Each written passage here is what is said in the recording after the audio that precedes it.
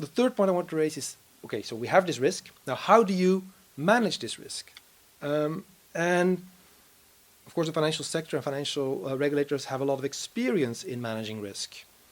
Occasionally, this goes wrong, as we've seen in the financial crisis. Of course, that traditionally the focus is very much on economic risks, on counterparty risks, on how likely is it that the bank or the financial institution will be overexposed to the what we see in the marketplace. Operational risk, operational issues have always also been subject to regulation, but I think it's fair to say, and certainly in the post-crisis environment, that operational issues have been much less in focus compared to market risks and financial risks, at a time where banks or financial institutions increasingly are becoming IT companies. The fourth point, so I've covered digitization, risks, how you manage them, is specifically on cyber risk. And the point I want to make there, I mentioned already IT risk, but cyber risk really is different than IT risk. We believe that cyber risk actually may be transforming the equation when it comes to operational risk and technology risk. If you look at it traditionally, the financial sector has a lot of background in managing risk, I mentioned that, including operational risk, and the requirements that exist are very much focused on technology governance, robustness in terms of setup, implementation, demand pressures, but actually the pressures are always kind of localized. It's threats which are localized. There was a lot of development after 9/11 because there was a physical attack on the infrastructure.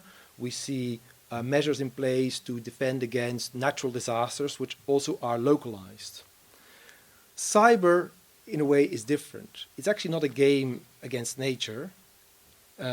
It is a game against a very often malicious, pervasive, and evolving adversary. And they're very nimble. There's an imbalance between the profits that can be made and the cost of perpetrating attacks. And also very important, it is not localized. The risk can come from everywhere. We see policy reactions in a number of countries which are focused on defenses through localization, having infrastructures or data located in a particular jurisdiction. But the risk is global. The risk can come from anywhere. So that you have to wonder a bit whether that is going to solve the problem. And to look at it from a financial perspective, and I think this is new, is that cybersecurity breaches trigger systemic questions. And I think because of cybersecurity, it's the first time that operational issues are seen as systemic.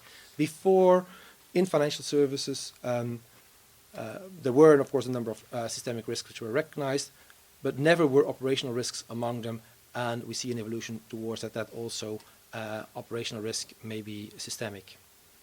Fifth point is, I work for finance, and of course I like to think of ourselves as being special and our constituents, and we are special.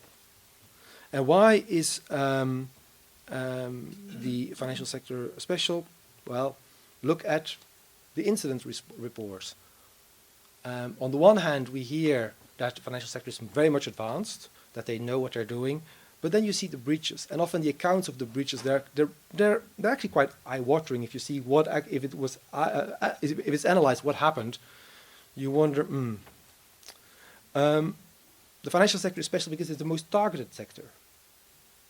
Why is it the most targeted sector? Because it has the most valuable assets, be it data of all kinds of nature. It has money, of course. It's everywhere. It has a very big attack surface. So there are many interfaces with community. So it is the most targeted. As I said, the financial sector is the most advanced, but that's actually also little comfort because the risks which we see. The last point I want to make, and I think it's probably the most important for people here in the room, is because they always want to know what is the Commission going to do. So the kind of policy questions these issues raise. And I work for the Commission. I've been at the Commission for 20 years. Usually when I speak, the questions from the audience, either directly or afterwards, is, so what is in the work program? When is the Commission going to present a proposal? the answer is, and this is on the record, we are not going to propose a proposal. We are not working on any proposal. Why not? Because if you look into the regulatory framework, there is actually already an awful lot of requirements present. The NIS directive was mentioned already, but if you just look specifically at the financial sector, operational risk is covered. Our legislation has a lot of detailed requirements about the resilience of IT networks. If you look in MiFID, if you're familiar with financial service legislation, so MiFID on investment firms and exchanges. If you look at EMIR on market infrastructures, if you look in the Payment Services Directive, if you look in the Capital Requirements Directive, if you look in the Central Security Depositories Regulation, and so on, all of them will have requirements, do have requirements, saying that the people who operate these systems must make sure these systems are stable, they're secure. These requirements are further developed into level 2 legislation and level 3 legislation. They have to notify incidents, to have to report to their regulators. So this framework exists. But of course, cybersecurity remains a problem, and that also illustrates that there's also so much you can do with regulation. So the questions which we have is that how do you really develop the ability to capture useful information and to share that information? It was already mentioned, and what is the difference between incident reporting and prevention and useful intelligence sharing? The second question which we have, and this is not a question which we necessarily are going to answer as Commission, but everyone in this room and everyone in the cyber community needs to answer, is that how do you navigate the very complex web of requirements and authorities which all have very legitimate objectives? And I've just mentioned a few. Just in the financial sector, we have stability regulators, central banks usually, and we've got market regulators. They have different objectives. But then we also have data protection, privacy regulators. They have objectives. We have law enforcement. They have objectives. And we have national security.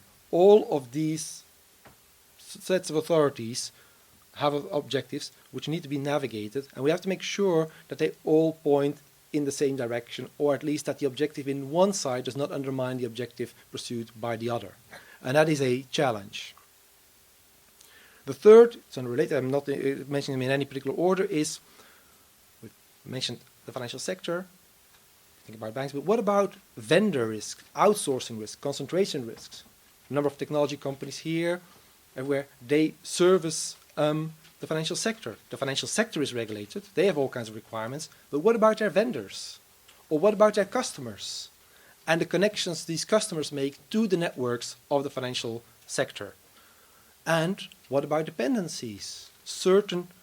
We have I think the figure is 6,000 banks, sometimes people say 8,000 banks, I don't know how many, it's many thousands.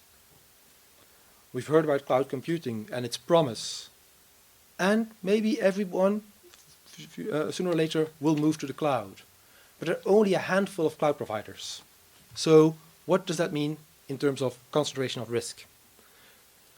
Fourth point is cross-sector dependencies. Banking is wonderful. It's all fascinating. Well, it's not that wonderful, but it's okay. But without power, without telecommunication, there is no banking. So you can have the most robust system for the financial system, but if the light goes off, there's nothing. Fifth question is, and it was alluded to already, is what is really, or is there a trade-off to be made between convenience, security, and privacy? It's kind of the holy trinity of things. Or convenience, effectiveness, is that I've yet to see a system which is at the same time very convenient and performant, very secure, and very private, which assures privacy. And it would appear that always one of the three objectives has to suffer if you want to promote the others. And how do you balance these out? More specifically, how do you know if you're secure? You've done all kinds of things. You meet the requirements and so on. You're very good in compliance. You tick all the boxes. But does that mean that you're secure? What is the role of what we call penetration testing? Or, more importantly, resilience testing, because we assume, or we have to assume, that the parameter, the security parameter, will be breached. There will be successful attacks. How do you recover from that? And how do you know in advance that you'll be able to withstand such attacks. That is, if you think about financial stability, something we look at. And I would say also, what about technology governance? Sort of, where does the technology function really sit in an organization, be it in a financial institution, but also with regulators? Are regulators up to scratch with how technology and the importance of technology risk compared to other risks? And last but not least, because we're the European Commission, of course, say, what is the cross-border dimension of all of this? In answering these questions, not necessarily as European Commission, but in answering these questions collectively, how do we make sure that this contributes to the single market and not detracts from it in the interest of users, the business, security, and law enforcement? So I'd say the real policy challenge we face is to look for an enabling framework that takes account of digital transformation, its speed, security, privacy objectives. So I know that you sort of say, well, let's say talk, and what's the Commission now exactly going to do? We have a number of questions we try to work at, but we are not going to jump forward with saying this is the answer, because we do not know what the answer is at this stage. And we may never know, but we do believe that the questions which I just highlighted, and there are others as well, if those questions receive an answer, then we will be in a better place. Thank you.